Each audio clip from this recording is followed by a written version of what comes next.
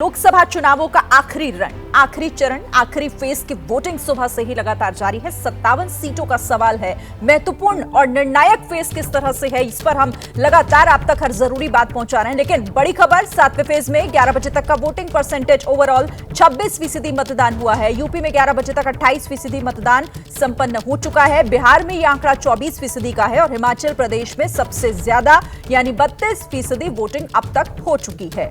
बंगाल में 28% मतदान हुआ है। पंजाब में 24% का आंकड़ा वोटिंग परसेंट। झारखंड में 11 बजे तक 30% वोटिंग सुबह 11 बजे तक हो चुकी है। तो वोटिंग परसेंट ओवरऑल जो है वो 26% मतदान हो चुका है। अलग अलग राज्यों की हमने आपको वोटिंग परसेंटेज भी बताया और अब आपको जरा महत्वपूर्ण तस्वीरें भी इस चुनाव से, इस आखिरी चरण से जुड़ी दिखा दें। दिग्गजों ने जिस तरह से मतदान किया, बिलासपुर में जेपी नड्डा को आपने देखा पूजा अर्चना करते हुए। रामपुर में विक्रमादित्य सिंह ने भी पूजा अर्चना की।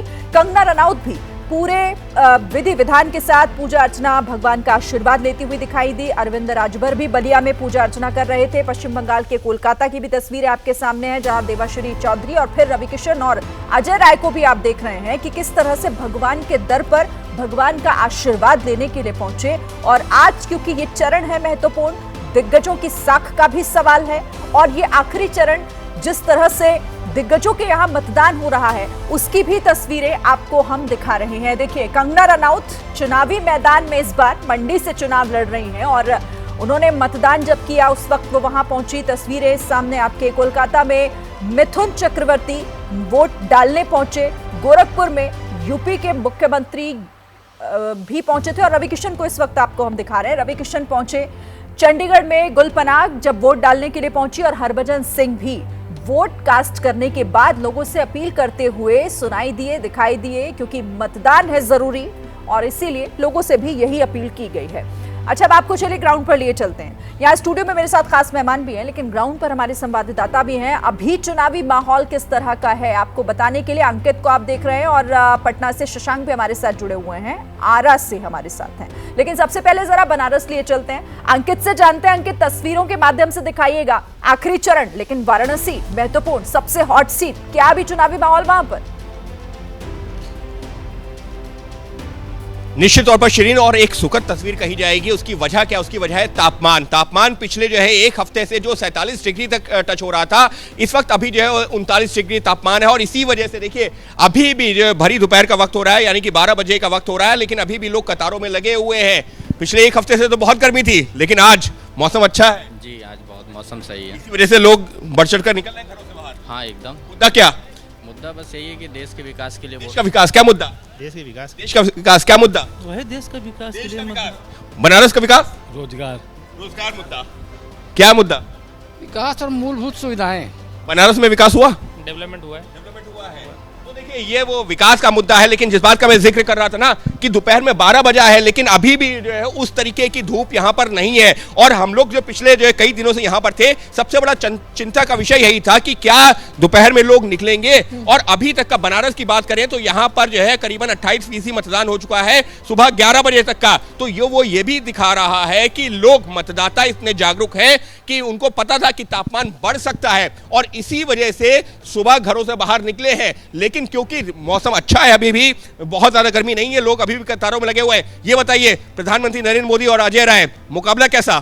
बढ़िया होगा, अच्छा होगा, कंपटीशन होगा। कंपटीशन होगा, कंपटीशन लग रहा है, कंपटीशन है, कंपटीशन है, कंपटीशन। अजय राय निकल रहे हैं। अजय राय निकल रहे हैं। आरा लिए चलते हैं। केंद्रीय मंत्री आरके सिंह यहाँ से तीसरी बार चुनावी मैदान में है और वहां पर किस तरीके का माहौल है, जरा शशांक बताइए हमारे दर्शकों को। देखिए, 11 बजे तक 21.17% वोटिंग हुई है। इस वक्त भीषण गर्मी है। हम चंदवा में है। देखिए, यहाँ पे कुल 6 बूथ है, लेकिन अभी कम संख्या में मतदाता यहाँ पे नजर आ रहे हैं। इसलिए लोगों से अपील है कि घरों से निकलिए और वोट करिए। लोकतंत्र का महापर्व है, आप लोग वोट देने के लिए आए हुए हैं। ये बताइए, क्या सोचकर वोट देने हैं? यहाँ के मुद्दे क्या हैं? मुद्दे यही है कि हम अपने आदमी को जिताएं। किसको जिताना मैं नहीं पूछ रहा, मुद्दे क्या है? महंगाई है, बेरोजगारी, मुद्दे क्या है? महंगाई। आप भी माता जी वोट डालने के लिए आई हैं, क्या सोच के वोट देने के लिए आई हैं? क्या आपकी समस्याएं हैं? ये सोचते हैं कि सब कुछ पर महंगाई है, सब कम करिए। मतलब महंगाई कम हो। हाँ, महंगाई कम करिए, गरीब के तनी राहत मिली। अच्छा देखिए, यहाँ पे कुल 6 बूथ हैं, और भी लोगों से हम बात करेंगे। आप लोग वोट देने के लिए आई हुई हैं, क्या सोच कर आई हैं, क्या मुद्दे हैं जिस पर आप लोग वोट कर रही हैं? कोई विकास की बात कर रहा है, कोई महंगाई की बात कर रहा है? बिल्कुल विकास के मुद्दे पर ही हम आए हैं, है ना। विकास होगा तभी तो, जहाँ तक देखते हैं कि देश की बात आती है तो देश तो हम देख रहे विकास कर रहा है, तो हमारे बिहार को भी विकास करना बहुत जरूरी है। अच्छा, पीएम मोदी साधना में लीन है कन्याकुमारी में, इसको कैसे देखते हैं? विपक्ष सवाल उठा रहा है। तो विपक्ष तो सवाल उठाना उनका काम है। पीएम मोदी साधना में लीन है, वो उनका अपना पर्सनल ये है, वहाँ पर पॉलिटिकल उसको मुद्दा नहीं बनाना चाहिए। अच्छा, माता जी किसकी सरकार हो मैं ये नहीं पूछ रहा हूँ, कैसी सरकार देश में बने बताइए। जौन बने तो सही है हम लोग के लिए। जो है वो सही है। हाँ सही है, पीएम मोदी साधना में लीन है, इसको कैसे देखती हैं? ठीक है। अच्छा देखिए, गर्मी काफी है लेकिन जो व्यवस्था होनी चाहिए वो बिल्कुल नहीं है। ना पीने के पानी की व्यवस्था है, ना पंखा। यहाँ पे हम विशाल से कहेंगे कि आप दिखाइए, एक पंडाल जरूर लगा दिया गया है ताकि लोगों को गर्मी से राहत मिले, लेकिन ना पंखा है, ना पीने के पानी की व्यवस्था है। इस पर ध्यान देने की जरूरत है। ठीक है शशांक, आप रहिए हमारे साथ। तो देखिए, बिहार महत्वपूर्ण है क्योंकि बिहार में चुनावी माहौल अपने आप में बहुत अलग होता है। विजय जी आपसे समझेंगे, क्योंकि ये वो राज्य है जहां पर इंडिया गठबंधन पुरजोर तरीके से चुनावी मैदान में है और दावा लगातार जिन राज्यों से किया जा रहा है इंडिया गठबंधन की जीत की, उनकी बड़ी जीत की, उनमें से एक बिहार भी। बिहार सबसे महत्वपूर्ण है इंडिया गठबंधन में अगर देखा जाए, क्योंकि वहाँ एक वो बदलाव की संभावना उनको दिखाई दे रही है। वेस्ट बंगाल में उस तरह का नहीं है, लेकिन बिहार में सबसे ज़्यादा उम्मीद है और तेजस्वी यादव ने बहुत बड़ा काम, बड़ा कैंपेन को दिया है और एक बड़ा बदलाव की तरफ वो ले जा रहे हैं। लेकिन क्या वो वोटों में बदलेगा? नीतीश कुमार के खिलाफ जो नाराज़गी है या जो उनके ऊपर भरोसा कम हुआ है, उसका फ़ायदा कितना हो सकता है? एलजेपी जो पार्टी है उसको जो 5 सीटों पर चुनाव लड़ रही है, क्या वो अपनी बरकरार रख सकती है सीटें? तो वो सब सीटें मिलकर भारतीय जनता पार्टी और एनडीए के लिए ज़रूरी है। ऐसा नहीं लग रहा कि भारतीय जनता पार्टी की सीटें कम होंगी, लेकिन एनडीए की सीटें कम होती हुई ज़रूर दिख रही हैं। अब वो कितनी सीटें तेजस्वी यादव अपने पास ला सकते हैं, वो उसके गठबंधन को, एनडीए के अलावा इंडिया गठबंधन को एक ताकत दे सकता है। तो बिहार उन राज्यों में से है जो इंडिया गठबंधन की सीटों को बढ़ाने की ताकत रखता है। ठीक है राकेश जी, इस पर आपका क्या एनालिसिस है? मतलब इंडिया गठबंधन को यहाँ से फायदा मिलेगा, जो कह रहे हैं विजय सर की सीटें भी बढ़ेंगी, और इस पर नजर इसलिए भी है क्योंकि यहाँ पर फाइट ज्यादा दिखाई दे रही है। देखिए, बिहार का यदि लोकसभा चुनाव आप देखेंगे तो इंडिया गठबंधन से ज़्यादा तेजस्वी पर फोकस किया गया। लालू प्रसाद यादव जी ने पप्पू यादव को चुनाव नहीं लड़ने दिया इंडिया गठबंधन से। लालू यादव जी ने कन्हैया कुमार को बेगूसराय से चुनाव नहीं लड़ने दिया, यानी तेजस्वी के लिए कोई चैलेंज ना आए। अब तेजस्वी के सामने सबसे बड़ी चुनौती ये है कि उनको अपनी दोनों बहनों को, पाटलिपुत्र और सारण, ये दोनों सीटें उनको जितानी है। वहाँ इंडिया गठबंधन कितना जीतेगा उससे उनका प्रभाव नहीं बढ़ेगा, लेकिन ये दोनों बहनें हार गई तो आने वाले विधानसभा चुनाव में जो पिछले विधानसभा चुनाव का औरा है तेजस्वी यादव का, उस पर असर पड़ेगा। और लालू वहाँ पे मुख्यमंत्री बनाने के लिए फोकस करके चल रहे हैं तेजस्वी। 17 महीनों में 5 लाख सरकारी नौकरी देने का काम किया, उसके प्रति बहुत उत्साह है और विश्वास है कि इंडिया गठबंधन की सरकार बनेगी तो हम लोग काम करने वाले लोग हैं।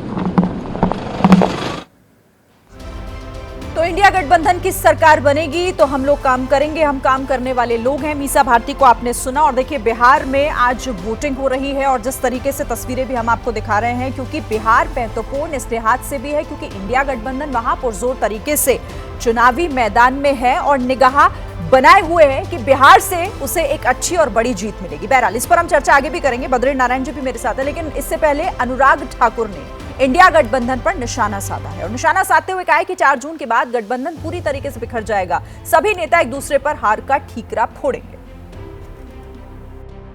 केंद्रीय मंत्री अनुराग ठाकुर जी इस वक्त एबीपी न्यूज के साथ जुड़ गए हैं। सबसे पहले तो सर स्वागत है एबीपी न्यूज पर। आपने वोटिंग कर दी है, एक बस स्याही जरूर दिखाइए हमारे दर्शकों को। आपका देवभूमि और वीरभूमि हिमाचल प्रदेश में स्वागत। मैंने कर दिया है मतदान, आप भी करिए मतदान और करिए योगदान। लोकतंत्र के पर्व में इससे बड़ा योगदान कुछ नहीं हो सकता। पिछले 6 चरणों के अगर हमें तोड़ने हैं रिकॉर्ड, करना है रिकॉर्ड मतदान, तो आइए देखिए हमारे यहाँ कितनी लंबी कतारें हैं, लोगों में भारी उत्साह है, बड़ी बड़ी टोलियों में 6-6 बहनें साथ में इकट्ठी वोट करने आ रही हैं। ये अपने आप में दिखाता है कि आप इसको एक पर्व की तरह मना रहे, जोश है, लोगों में उत्साह है। चौका भी लगाएंगे और छक्का भी लगाएंगे क्योंकि जनता है तैयार।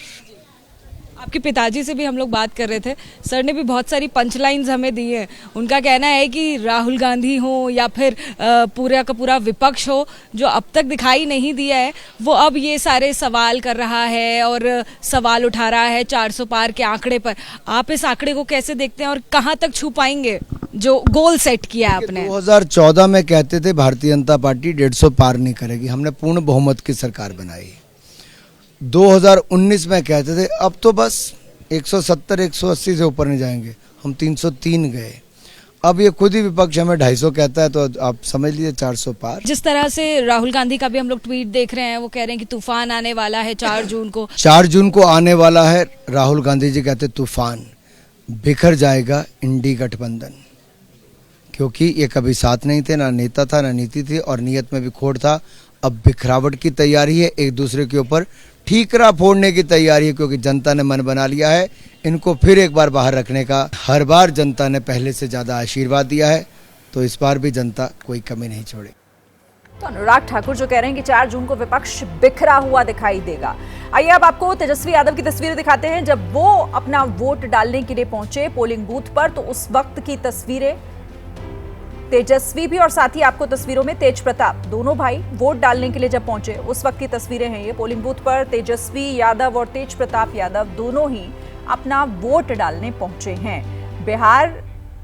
और देखिए जिस तरह से तेजस्वी यादव पूरे चुनाव प्रचार के दौरान भी आपको व्हील चेयर पर ही दिखाई दिए, कमर में दिक्कत की वजह से।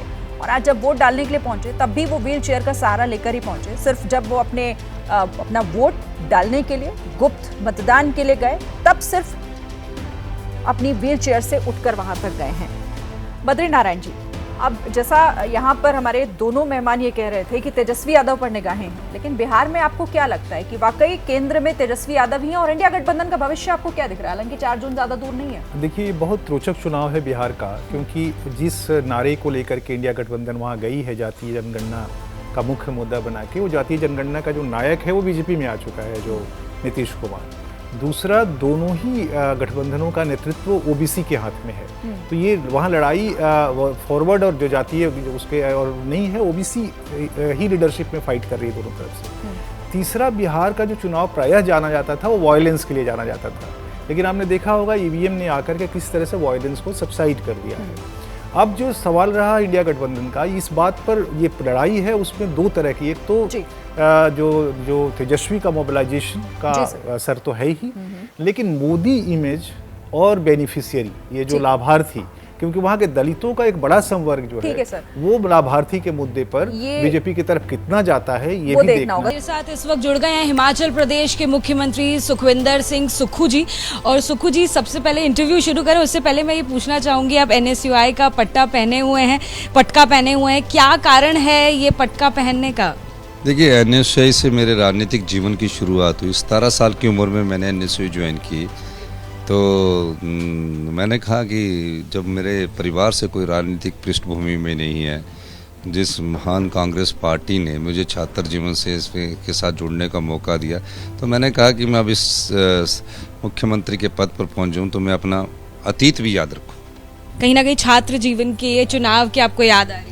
नहीं, अतीत याद कर रहे हैं। क्या कहें सर, यहाँ पर चौका और छक्का लगाने का दावा कर रही है बीजेपी। हमने बात करी अनुराग ठाकुर जी से भी, वो कह रहे थे कि इस बार सारी की सारी सीटें ले जाएंगे। देखिए, क्रिकेट की भाषा में तो अच्छा लगता है, लेकिन जनता की अदालत में ये ठीक नहीं है। और जनता की अदालत में ये बात सही है कि ये चुनाव जो है वो जनता लड़ रही है और जनता को ही जीतना पड़ेगा। ये लड़ाई जनबल की धनबल से है। जिस भी भारतीय जनता पार्टी ने जनता की भावनाओं का सौदा किया, यही नहीं, महाराष्ट्र में किया, उन्होंने मध्य प्रदेश में किया, हिमाचल में भी किया, वो जनबल की ताकत को धनबल से खींचना चाहते हैं। उम्मीद है कि सर जो 6 विधायक आपके चले गए थे वो सीटें वापस आएंगी? मुझे पूरा जवाब देने दीजिए। इस चुनाव में जनता चुनाव लड़ रही है और जनबल ही जीतेगा। जनता की ताकत जनबल है, धनबल हारेगा।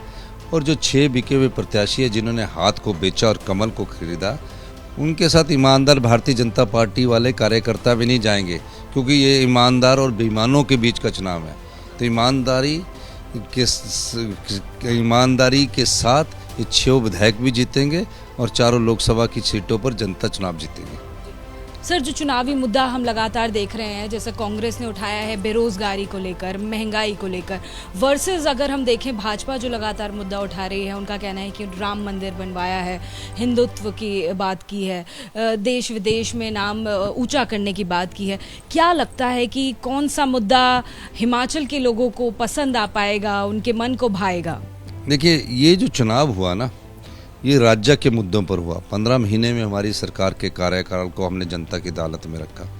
दूसरा मुद्दा था कि जब 5 साल के लिए हिमाचल की जनता ने सरकार को चुना था, जनता की भावनाओं से मुख्यमंत्री की कुर्सी पर में हम भी पहुँचे और सत्ता की कुर्सी हटाने के लिए नोटों का प्रयोग किया गया। जनता उससे बड़ी आहत है और एक सरकार बनाने के लिए चुनाव नहीं हो रहा।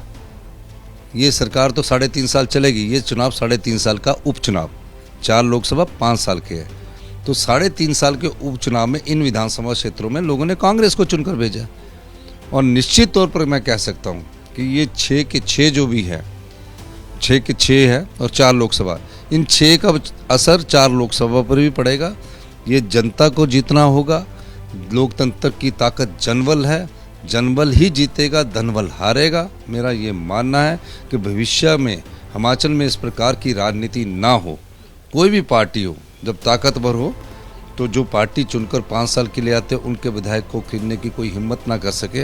ये जनता ने आज तय करना है और मेरे को लगता है कि हिमाचल की जनता जागरूक है और 5 साल के लिए सरकार चुनती है, बदलती है, लेकिन इस चुनाव में वो जिस पार्टी ने लोगों की भावनाओं का सौदा किया है उसको सबक जरूर सिखाएगी, ये मेरा मानना है। क्या ये मान के चले कि 10 की 10 सीटें आप जीत रहे हैं सर? तो जब जनता की ताकत लोकतंत्र में है तो उसमें जनबल जीतेगा, धनबल हारेगा। 400 का आंकड़ा उन्होंने माना है, ये गोल लेकर चल रहे हैं कि हम 400 से ज़्यादा सीटें लेकर आ रहे हैं और ये भी लगातार बोल रहे हैं कि जितना भी विपक्ष पहले अनुमान लगाता है उससे कहीं ज़्यादा सीटें जीतकर हम लोग लाते हैं। इस बार क्या लगता है कि सर कहाँ तक वो लोग सिमट जाएंगे और कितनी आगे तक आप लोग जा पाएंगे?